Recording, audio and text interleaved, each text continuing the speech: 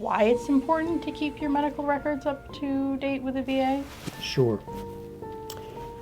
As we've talked about in other episodes, VA disability is in kind of multiple parts. Obviously, one of those parts is establishing basic eligibility to some form of VA disability compensation. But another part is the rating for any individual condition. So, for example, if you have a heart condition and it's service-connected, it can be rated anywhere from 0% up to 100%. And the way that the VA goes about figuring out what the rating is to look at your current medical records. And so it's very important to ensure that the VA has all of your records, and particularly the most current records, at any point in time. So, if you are dealing with a cardiologist outside the VA system, as many people are now under the Choice Act, it's really important to ensure that your providers periodically submit the updated records to the VA. And often that doesn't happen automatically, and you'll need to, as the veteran, intervene and ask specifically to have those records sent to the VA. Sometimes you can arrange to have them sent periodically, but as a general rule, to be safe, you want to regularly ask your provider to send the records.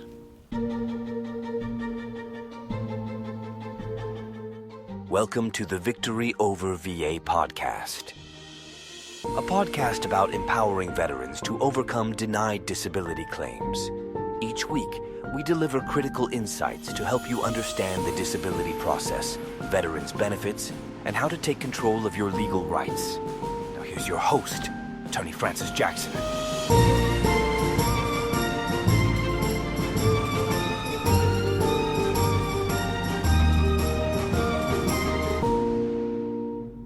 So, welcome to Victory Over VA, your guide to unlocking your VA disability benefits. And today we're talking about Commandment 8. And the 8th commandment is? Maintaining your personal medical records. Or perhaps more accurately, thou shalt maintain your personal medical records. That's right. And so, remember, this podcast is for veterans. It's for families of veterans. It's for anybody who cares about veterans. Every week, we talk about ways that you can help to ensure that your claim for VA disability benefits gets treated fairly. So where should we start today? So could you just start by explaining why it's important to keep your medical records up to date with the VA? Sure. As we've talked about in other episodes, VA disability is in kind of multiple parts. Obviously, one of those parts is establishing basic eligibility to some form of VA disability compensation. But another part is the rating for any individual condition. So, for example, if you have a heart condition and it's service-connected, it can be rated anywhere from 0% up to 100%. And the way that the VA goes about figuring out what the rating is to look at your current medical records. And so it's very important to ensure that the VA has all of your records, and particularly the most current records, at any point in time. So if you are dealing with a cardiologist outside the VA system, as many people are now under the Choice Act, it's really important to ensure that your providers periodically submit the updated records to the VA. And often that doesn't happen automatically, and you'll need to, as the veteran, intervene and ask specifically to have those records sent to the VA. Sometimes you can arrange to have them sent periodically, but as a general rule, to be safe, you want to regularly ask your provider to send the records. But isn't VA just going to schedule you for a compensation and pension exam anyway? They often are, but the problem is that many kinds of medical conditions are rated by the VA on very specific criteria that won't be picked up in a compensation and pension exam. The nature of how many METs you can handle for a heart condition rating just is not something that's going to be analyzed in a compensation and pension exam. What you need is the latest stress test from your doctor's office. And if that's not in the file, the compensation and pension exam doctor won't see it, the VA won't know about it, and you won't get the rating you should get. And about how often would you say that folks should do this? I recommend to people that they do it at least once a year. You know, none of these things are perfect, and if you Or have fast moving? often, yeah. But if you have a specific event coming up, if you know, for example, that you've put in a new claim for a particular condition, you want to make sure that all the records about that condition are collected and submitted to the VA, because you know they're going to be looking at the cumulative medical history of that condition. Or if you've put in for an increased rating, that's another time when you should make sure everything's up to date. But if you're just talking about a condition that has been rated and is currently ongoing, I think once a year is enough. Keep in mind that the VA has an obligation as part of their own internal process to review ratings periodically. And so if you don't have the latest information in there, they may decide that they should propose to reduce your rating for a particular condition because they haven't seen anything indicating that there's ongoing severity. And so the more that you ensure that they have the latest and greatest information, the better off you'll typically be. It sounds like getting all of this together, if you're going to apply for an increased rating or a new claim, might take a while. Is there something veterans can do to buy themselves time to get things together without necessarily losing the effective date? Sure. There are a couple ways you can go about that. Anytime you're filing a new claim and you need time to get information together, you can file what's called a notice of intent to file a claim. And what that does is it kind of serves as a placeholder. It starts the date running on your claim, and as long as you submit everything with the formal claim within a year, you know, it's not just 30 days or 60 days, they give you a full year to get everything together and get it submitted. So if you submit a notice of intent and get everything in within a year, it'll all be eligible to be considered. So if I file the notice of intent, I've got 364 days to chase doctors before I got to file that claim. Pretty much.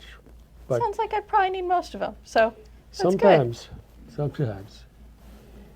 And what sort of advice would you give veterans who find it hard to regularly maintain this? Now, you talked about you can ask, but they won't necessarily send things periodically.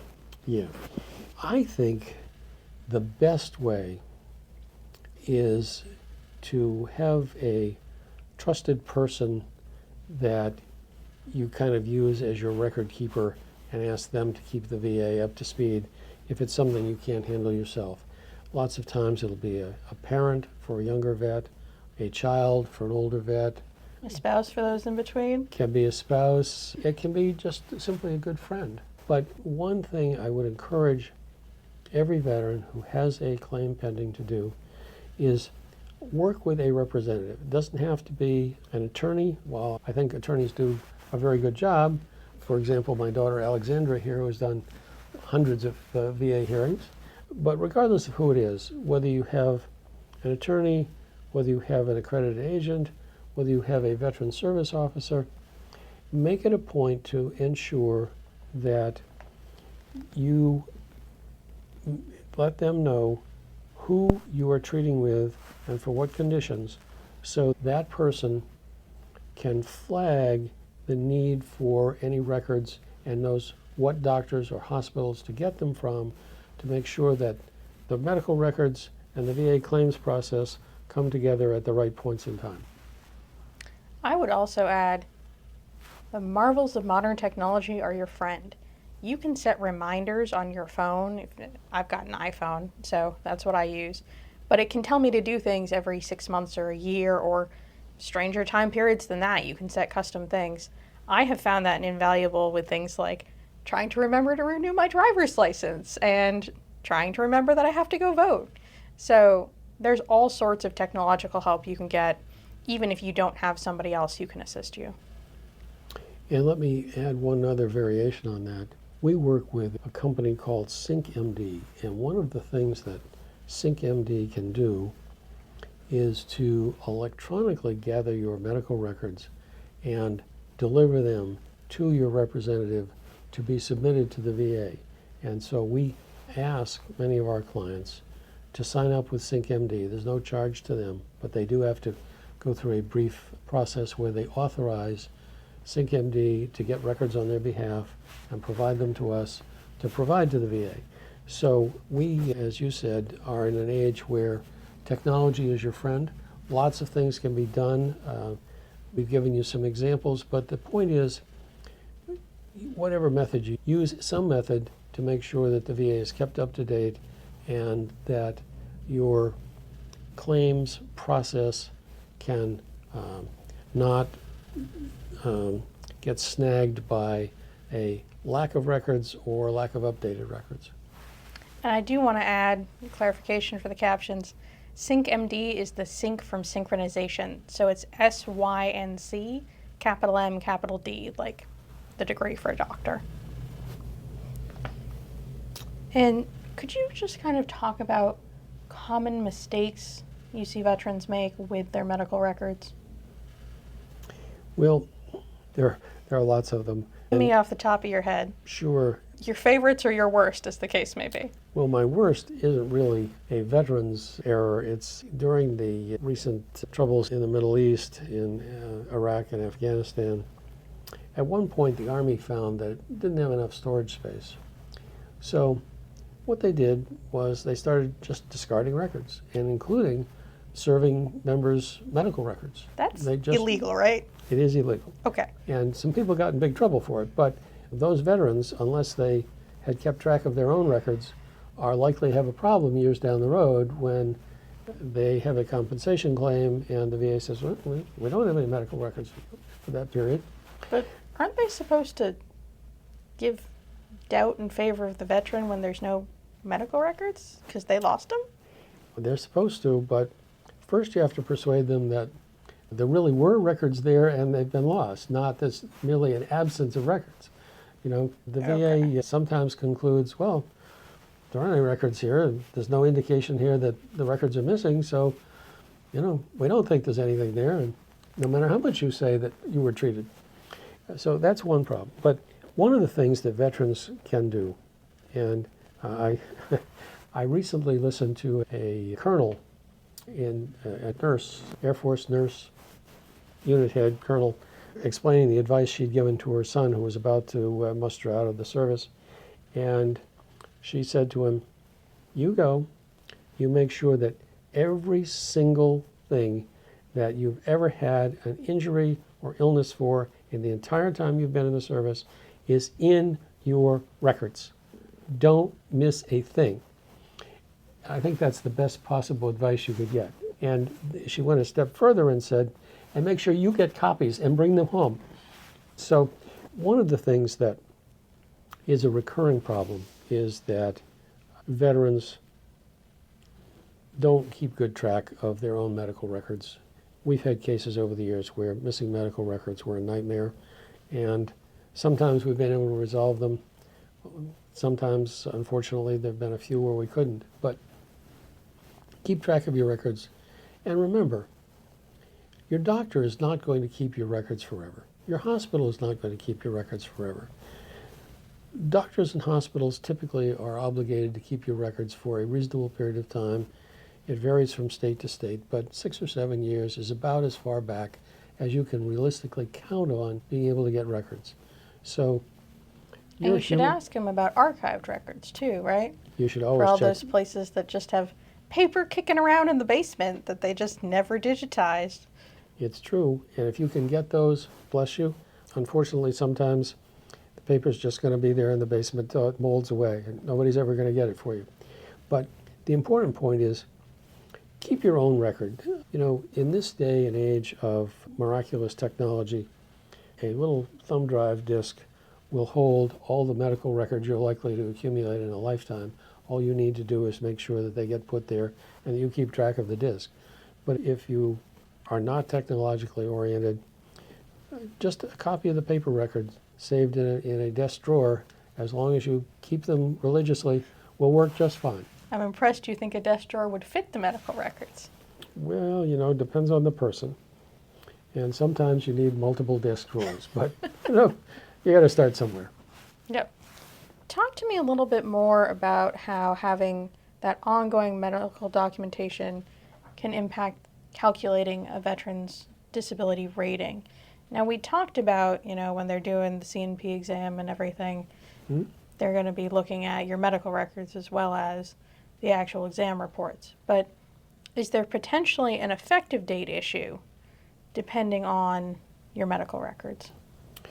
Well, certainly there's potentially an effective date issue in terms of rating and sometimes in terms of the actual service connection. For example, say you have a back problem and the VA acknowledges you have a back problem, it's service connected.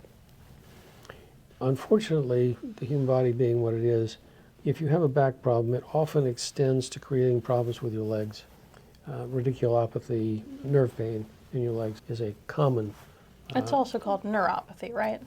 It can be. They're different, but yes, it can be. But they kind of feel the same, right?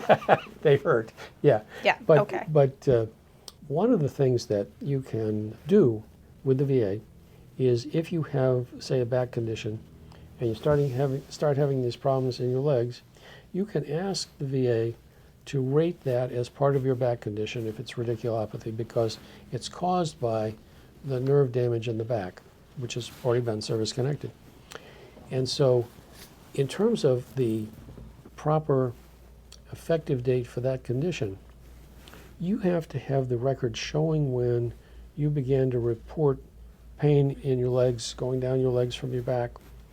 And we've had several cases where the VA gave a particular rating date for radiculopathy in one or both legs, and we were able to challenge that and go back and show that for, in some cases, several years, the veteran had been reporting radicular pain down the legs. He didn't know what it was, but he knew that he had pain that started in the low back and ran down the pattern of the sciatic nerve down the leg.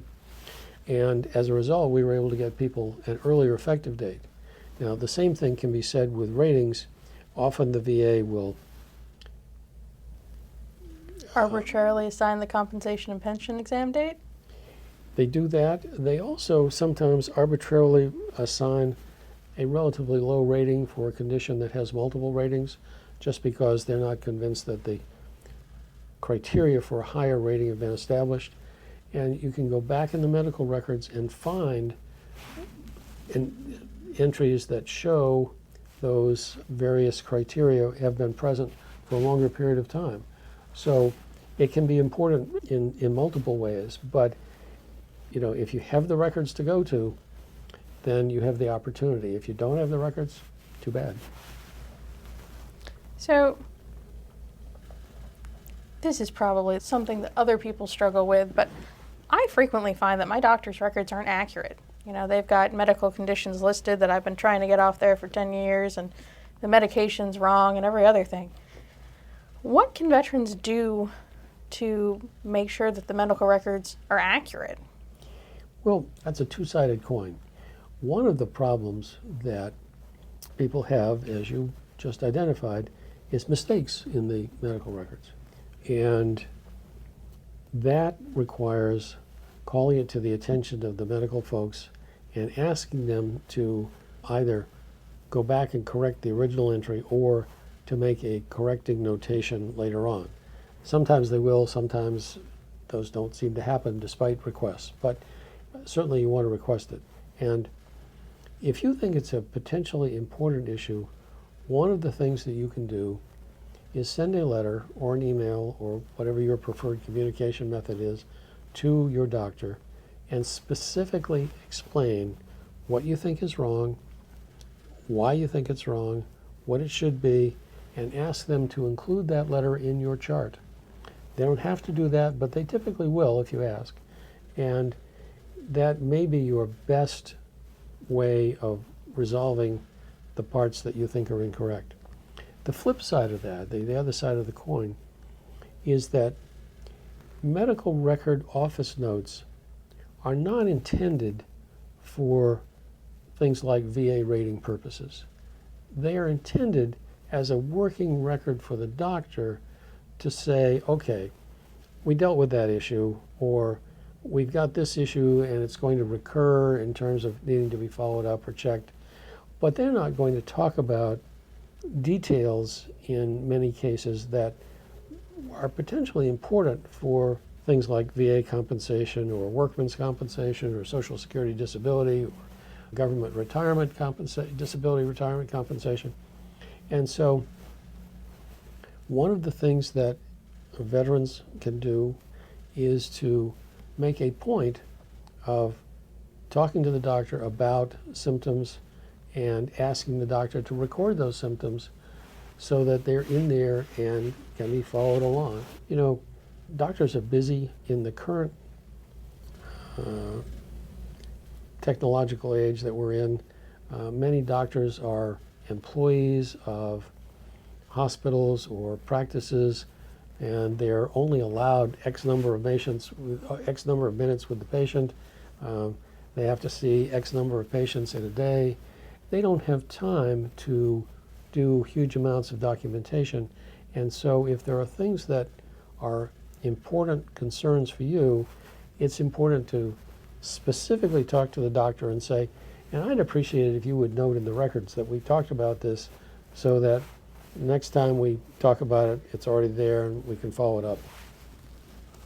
I do also specifically use the internal messaging system. A lot of places have patient portals now that are online, and I have found that is a fairly good way usually to get somebody's attention, even if it's a little clunky. So, one last question for you. Sure. What is your top piece of advice? You know, we discussed all of this. What is your top piece of advice for folks regarding their personal medical records and their claim? Keep a copy. Keep a copy. Okay. Yes. Get a copy and keep a copy. Always. All the time. It never ceases to amaze me in VA cases how often old medical records are critically important. And I know we've gone kind of long on this episode and we want to wrap it up, but let me give you one example. We had a gentleman whose claim was that he'd injured his back in the service. The VA said, you know, you've been out of the service for years, you didn't treat, I don't see any basis for any claim that your current back problem should go back to the service. He was able to find a medical record from about 9 months after he left the service where he had been to the doctor for his back, and the doctor had actually commented in the records that the veteran is having these back troubles, and he says it started in this, he described the particular circumstances in the service, and I think he's going to have trouble with it for the rest of his life. Not surprisingly, we won that case. Killer notation, yeah, that's great. I remember I had another one where the medical records were just missing for most of it, but there was a question of whether before or after his workplace incident the back pain had started, because if it was before, it was due to service, and if it was after, it was going to be blamed on the workplace. But here's another weird piece. We didn't find medical records. What we did find was a claim. He had put in a claim for a back issue in the 80s, prior to the workplace accident.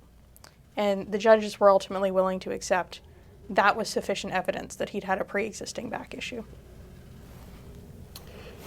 And folks, that wraps up our podcast for today. Tune in next week.